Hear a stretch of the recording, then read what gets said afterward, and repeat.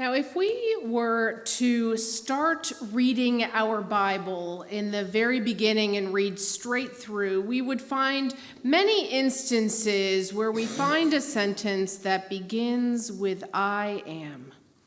The first of those would likely be found in Exodus, where we hear from God who God is. And God's answer is, I am who I am.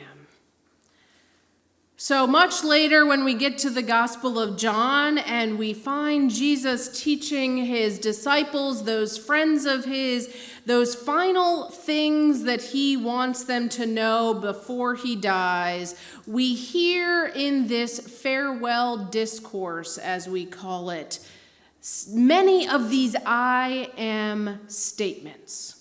And as hearers of this, we would immediately remember those words in Exodus. I remind us because we might not immediately remember them. But in this farewell discourse, Jesus has 7 I am statements. I am the bread of life. I am the light of the world. I am the door. I am the good shepherd. Remember last week we talked a little bit about the shepherd images. I am the resurrection and the life. I am the way and the truth and the life. And today we hear the final of these I am statements where Jesus says, I am the true vine and you are the branches.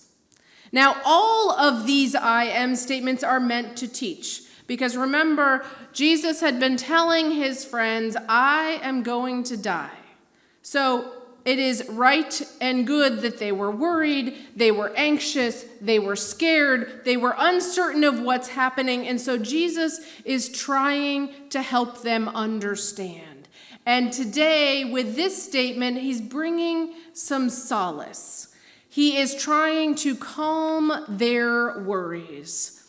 So I am the vine, you are the branches. He is letting them know in an image that they are quite familiar with because their land where they were living and moving about would have had vineyards to some degree, right? They would know that imagery. They would be able to come right up with it and understand how a vine would grow.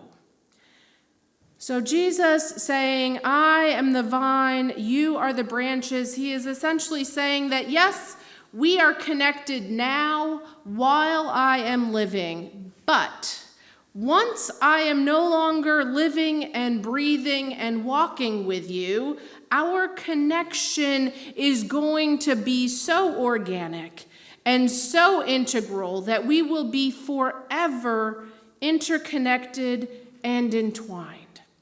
It will be so interconnected and entwined that it's like that of a vine and a branch. Now, if you've ever seen wild growing vines, you cannot really tell between the vine and the branches where one starts and one ends. It's just a big, huge thing growing. That's what Jesus is saying. We are going to be so interconnected and entwined that you will not be able to exist one without the other. We will thrive together. So in the midst of this imagery, Jesus says, remain with me. Sometimes we hear it, abide with me. And this is not really a threat. You sort of can hear it as, you better stay connected to me or else. Now, it's not that. It's rather, don't worry. Remain with me, and we will be so connected that you will be my hands and feet in the world. Your love will be my love, and you will not be alone. Now, this is good news because we don't actually have to work too hard at this connection. This connection is. Now, the more we are aware of it, the more mindful we are of it, the better. But our job is to be the branch. It is not our job to be the vine. It is not our job to be the roots. It is not our job to be the fruit. Our job is to be the branch. That's it. To just be us. Exactly as we've been created to be. We don't have to worry about growing fruit. We don't have to worry about those roots. Our job is to be the branch. And if we focus on being the branch, that connection with the vine just is. We can notice Jesus within and guiding us, but our job growing as the branch, that is to be our focus. Now, the cool thing about these vines and these branches is that when we are doing a really good job being a branch, we're going to grow fruit. That's not our job. Our job is to be the branch. But when we do that well, the fruit grows. And that fruit is our loving. That fruit is our caring. So, that metaphor of producing fruit, we can imagine it as grapes or watermelon or strawberries or whatever, but the sweetness of that fruit goes out into the world without us actually even meaning it to happen. Because we are focused on being a branch. We are doing the very best branchness that we possibly can.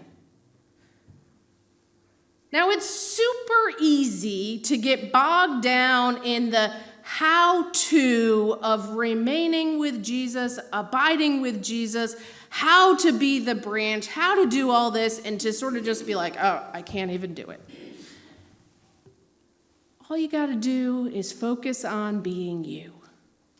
The rest of it, that will come. One of my favorite quotes is from that of Frederick Buechner, wherein he describes God's call for us.